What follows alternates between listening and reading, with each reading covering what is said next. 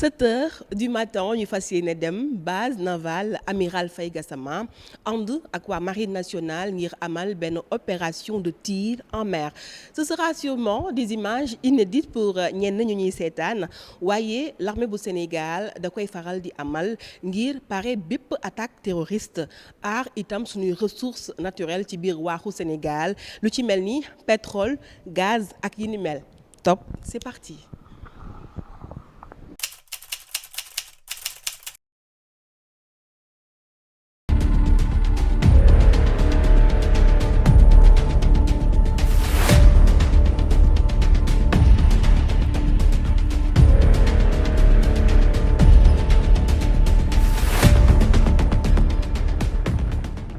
10h30 jot ñu fas yéene embarqué dugg ci waaxu Ndakaaru yi jubal fi ñuy wax zone alpha nekk à 80 km au large de Dakar foofee la zone de tir bi nekk.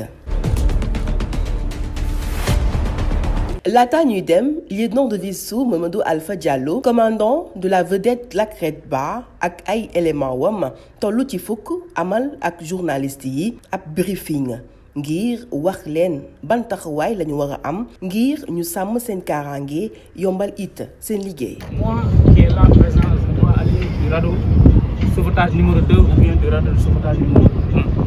Il y a aussi des gilets de sauvetage individuels. Des gilets qu'on va vous donner, vous allez les porter. Donc, je vais vous scinder en deux groupes.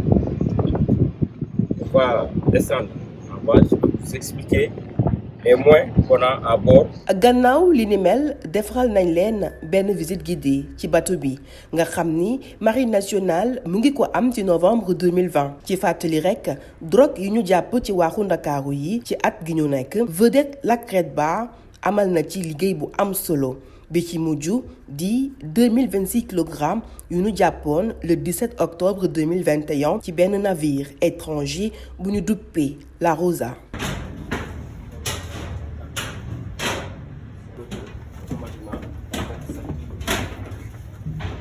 Et le local dont je vous parlais. Quand il y a une importante quantité d'eau, ces voyants-là s'activent. C'est pour vous montrer qu'il y a une présence d'eau dans le navire. Ensuite, le bateau est doté des moyens, des détecteurs d'incendie et des détecteurs de fumée. Ouais. Dès qu'il y a présence de fumée, automatiquement ces détecteurs se déclenchent pour vous montrer qu'il y a de la fumée quelque part.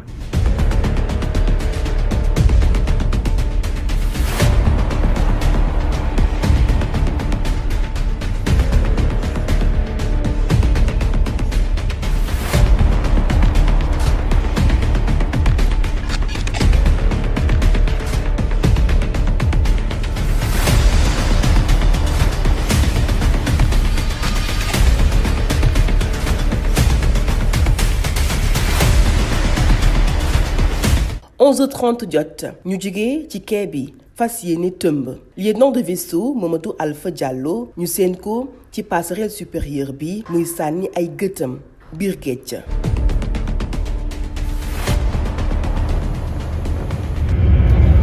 Il y a deux pirogues droit devant.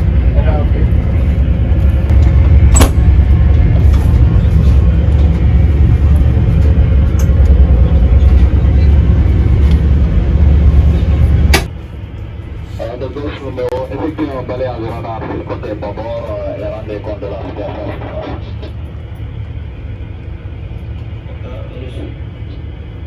En fait, on est composé d'abord, il y a le chef de gare qui est chargé un peu de la sécurité nautique et de la navigation à cet instant. Nous avons des unités de quart à la machine. Le quart à la machine, c'est quoi? C'est celui-là qui surveille les paramètres des moteurs et de l'ensemble des auxiliaires à bord. Les auxiliaires, c'est les groupes électrogènes, c'est beaucoup de choses, c'est l'osmoseur. En cas de fonction d'osmoseur, c'est quoi? L'osmoseur, c'est juste un outil qui nous permet de produire de l'eau douce à partir de l'eau de mer. Donc c'est l'équipe en fait. Et nous avons un veilleur donc, qui est assis ici, qui avec la caméra permet de détecter les cibles surface qui ne sont pas détectées et les classifier. C'est une piste surface, c'est une pirogue, c'est quoi en réalité? Et il avertit le chef de gare sur le danger qui se trouve devant nous. là, lui, il va prendre le car de telle heure à telle heure. Ensuite, il sera relevé par une autre personne. Lui, de même, dès qu'il finit, à midi, il doit être relevé par une autre équipe qui est venue.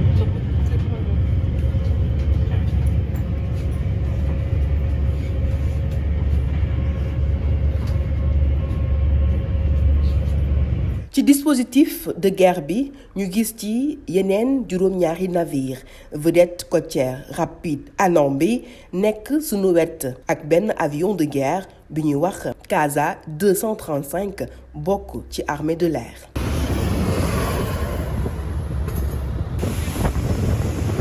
journaliste yi mbégte feeñ seen xar kanam li ni mel di firndeel ni xamuñu li leen di xaar.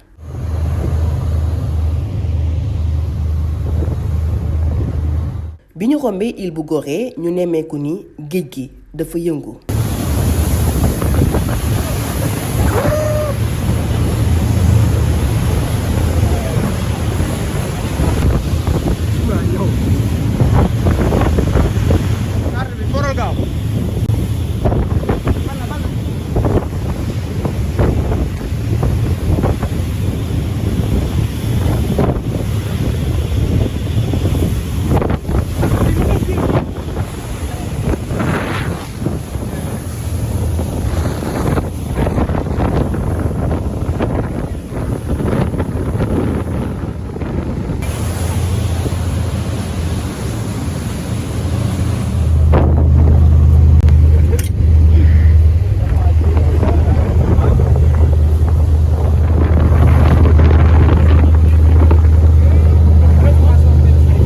li ni mel waral ñenn ci taskatu xibaar yi tàmbali am li ñuy wax mal de mer maanaam neer ci gàttal.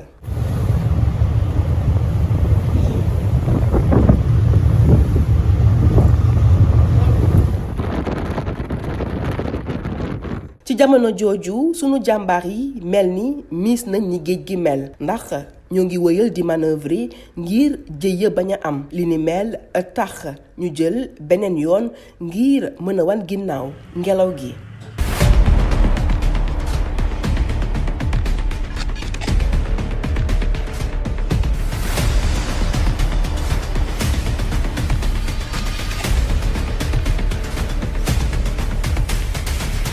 ñu gis le commandant de bord muy laal bateau bi mel ni am na lu muy déglu. C'est range de duration. C'est 100 mètres.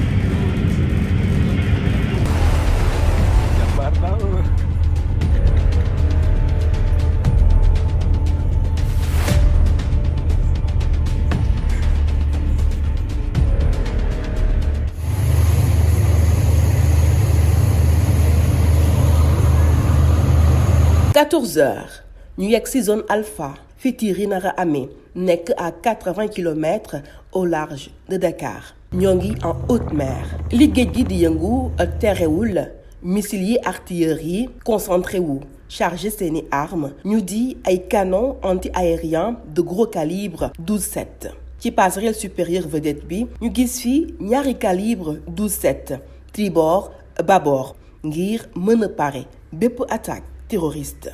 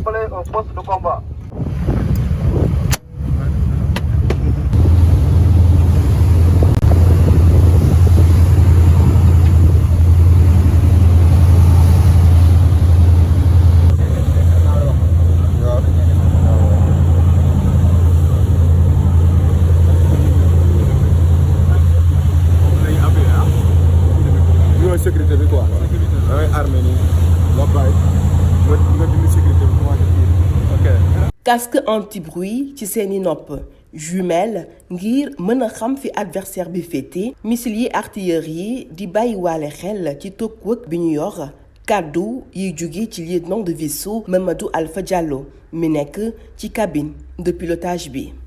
Communication de la partie, respect des mesures de sécurité en vigueur, respect des mesures de sécurité en vigueur. Sur 27 bâbord, 27 bâbord. Ouvrez le feu dès que paraît. Ok, bien, donc on se prépare pour l'exécution.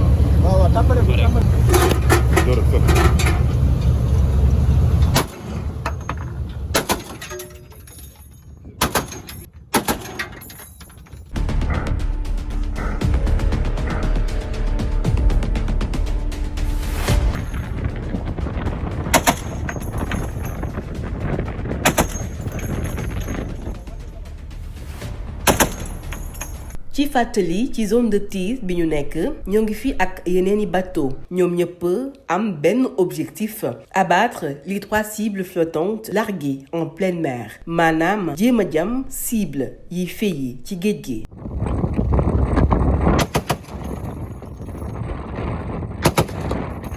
Navire bu ci war a tirer dina ko xam ndax waa CCO di centre de coordination des opérations nekk ca base navale amiral Faye Gassama ñooy jokkook lieutenant de vaisseau bâtiment yi di bateau ci seeni langage. La première cible est la deuxième cible.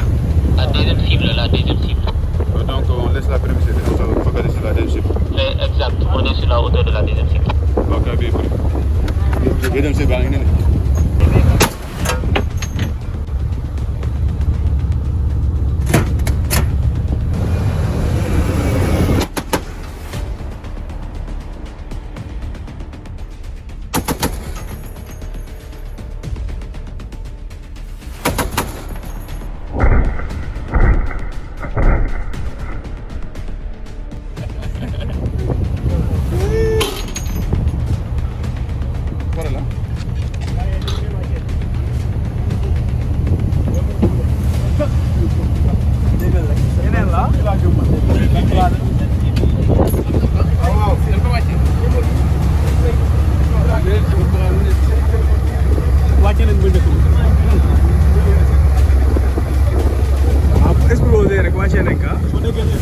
gannaaw benn waxtu tegal ñu jàpp ni pare nañu.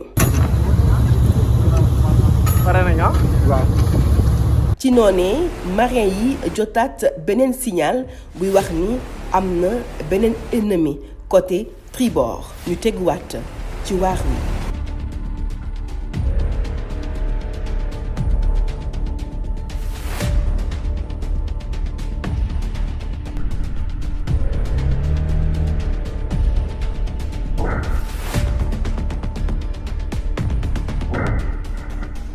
bu ñu yëkkatee suñuy gët gis avion de guerre bi di Casa 235 ci kaw muy aar zone bile.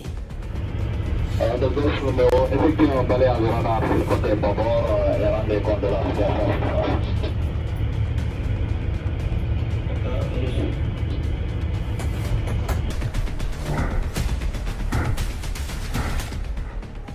cible bu mujj bi marin yi nekk ci lac Redba ñoo ko attendre. boori 18h opération bi jeex ñu teguwaat ci yoon ngir àgg Dakar laata muy gën a lëndëm. ñibbi bi gën a tax ci waxtu yile mel ni géej gi daa gën a yëngu.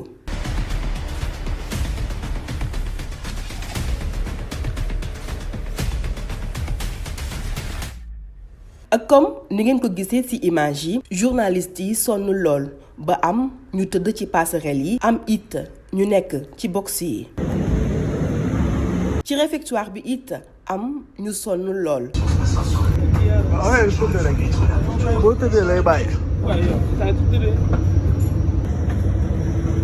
naam bu dee ni am na ñenn ci marin yi ñu mel ni dara jotu leen toog di seetaan télé. 20h45 ci jamono ji ñuy teral la vedette Lac Redba journaliste ak caméraman yi di fàttaliku li ñu jot a dund ci métit naam bu dee ni expérience la bu am solo ci seen carrière.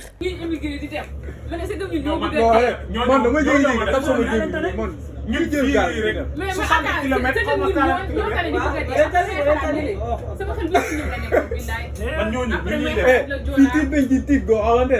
non loolu coono bi la coono bi la rek daanu moo defoo dara non coono bi la wàcc bi mooy téye sa yi ñëpp jaar nañ